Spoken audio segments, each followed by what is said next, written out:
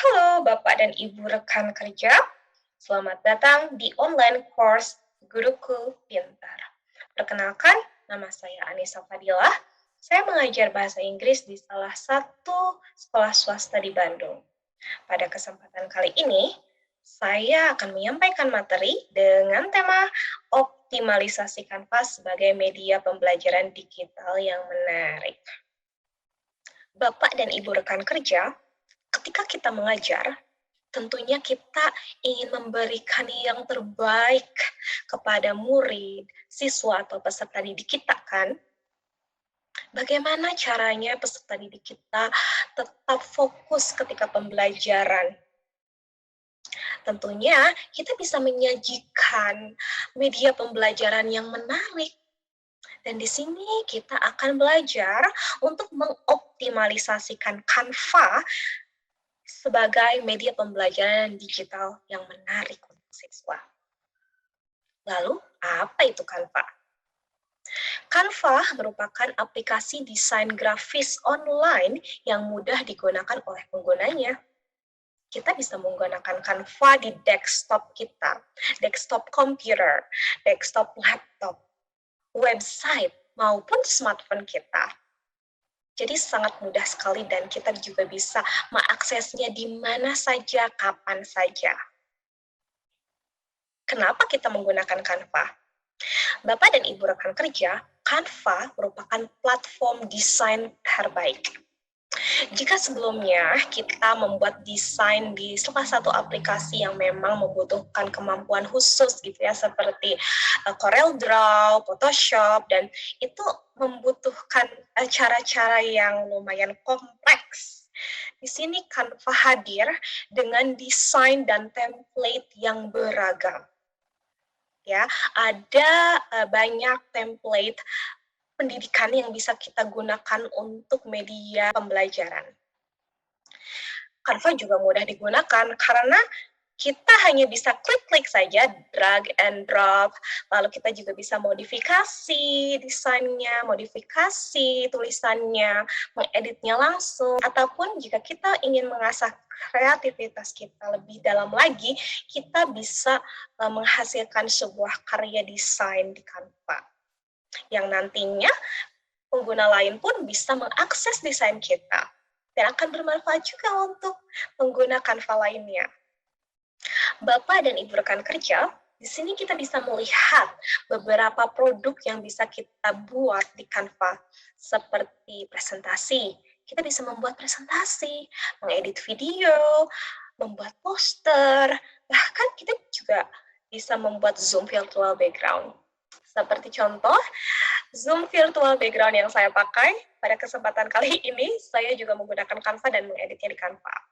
Lalu ada juga produk-produk lainnya yang bisa kita buat ya, seperti sertifikat gitu ya. Jadi ketika kita memiliki event atau ada perlombaan, kita juga bisa membuat sertifikatnya di sini, di Canva. Lalu masih ada ragam template yang bisa kita pakai dan buat di Canva ya, termasuk cover buku, kalender, worksheets. Di sini juga kita bisa membuat header Google Classroom, graphic organizer, jadwal pembelajaran, comic strip, dan masih banyak produk-produk lainnya. Setelah ini saya akan menyajikan beberapa contoh media pembelajaran yang saya buat di Canva. Yang pertama, Zoom Class Background. Jadi di sini kita bisa membuat Zoom background dengan sangat mudah. Karena saya mengajar bahasa Inggris, jadi saya mengeditnya di Canva dan mengganti tulisan dengan English Time with Miss Nisa. Jadi saya bisa menggunakan background ini di setiap pertemuan pembelajaran. Selanjutnya adalah elemen Google Sites. Bapak dan Ibu rekan kerja, ketika kita membuat Google Sites, tentunya kita memerlukan beberapa gambar ataupun desain yang menarik untuk siswa kan.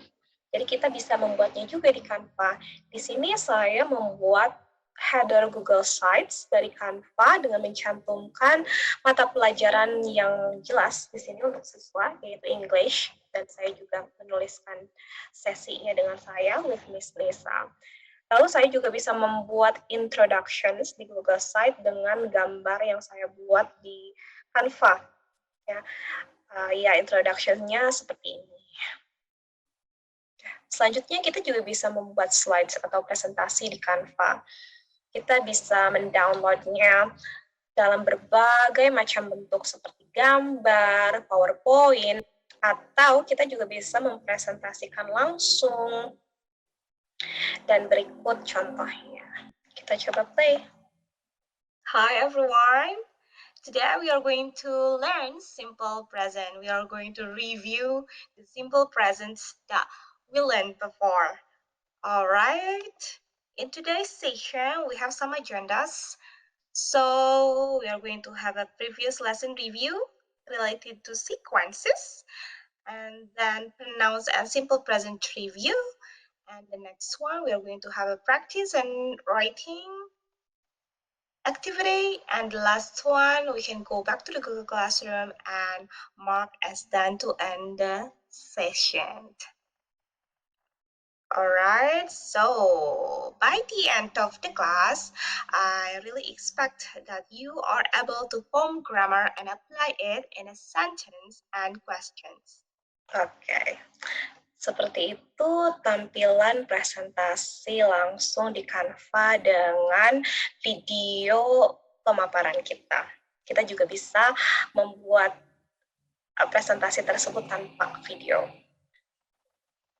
Selanjutnya, kita juga bisa mengumpulkan beberapa seri gambar untuk media-media pembelajaran lainnya seperti Google Form, Worksheets, dan lain-lainnya. Bahkan kita juga bisa menggabungkan beberapa gambar yang nantinya kita bisa save ke dalam format gambar tanpa background. Lalu kita juga bisa menggunakan Canva untuk membuat worksheets. Di sini saya membuat worksheets untuk study week yang saya ajar mengenai needs and wants chart. Lalu saya juga membuat lembar laporan yang bisa dikerjakan oleh siswa nantinya. Pastinya kita juga bisa mengedit video di Canva. Seperti contoh berikut ini. Videonya bisa kita presentasikan langsung seperti ini. Hello everyone, how are you doing? I really hope that you are doing great. As today, we are going to learn the vocabulary unit 6. It's still related to the animals home that we learned before. Ya, telah kita saksikan video pembelajaran yang diedit di Canva, kita bisa mempresentasikan video tersebut secara langsung. Kita juga bisa share link kepada peserta didik kita, supaya peserta didik kita bisa mengakses video pembelajaran kita melalui Canva, dan linknya akan berupa seperti ini.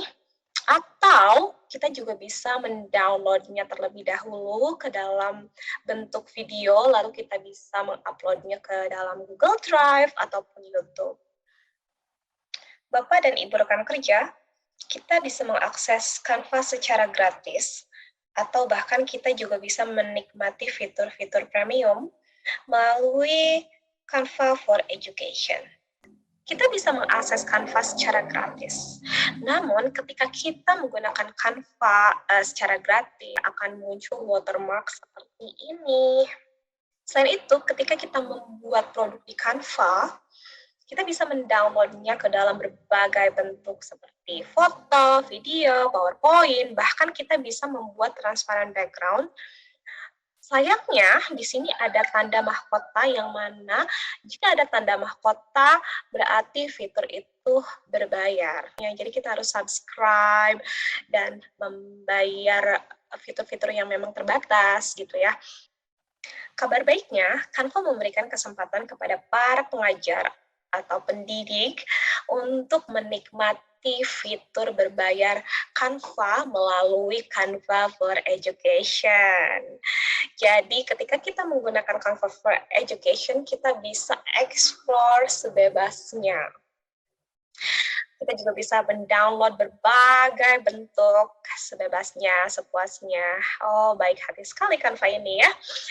Berikut merupakan produk Canva for Education. Jadi, ketika kita menggunakan Canva for Education, kita bisa mengakses berbagai template untuk infografis, tema education, presentasinya, worksheet-nya, flashcard-nya, dan masih banyak lagi template-template yang bisa kita gunakan untuk media pembelajaran kita di kelas. Bapak dan Ibu rekan kerja, pada sesi ini kita sudah berkenalan dengan Canva. Apa sih itu Canva? Menggali lagi fitur-fitur Canva yang bisa kita gunakan nantinya untuk media pembelajaran dan media visual yang menarik untuk siswa. Lalu kita juga sudah melihat beberapa contoh media pembelajaran yang bisa kita buat di Canva. Selanjutnya, saya akan mengajak Bapak dan Ibu rekan kerja untuk berkenalan dengan Canva lebih jauh lagi. Saya akan mengajak juga untuk Bapak dan Ibu mendaftar Canva dan mendaftarkan akunnya juga untuk Canva for Education. Jadi nantinya kita bisa bereksplorasi dengan Canva lebih dalam lagi, lebih jauh lagi, dan kita juga akan membuat media pembelajaran. Nantikan sesi selanjutnya, Bapak dan Ibu. Sekian dan terima kasih.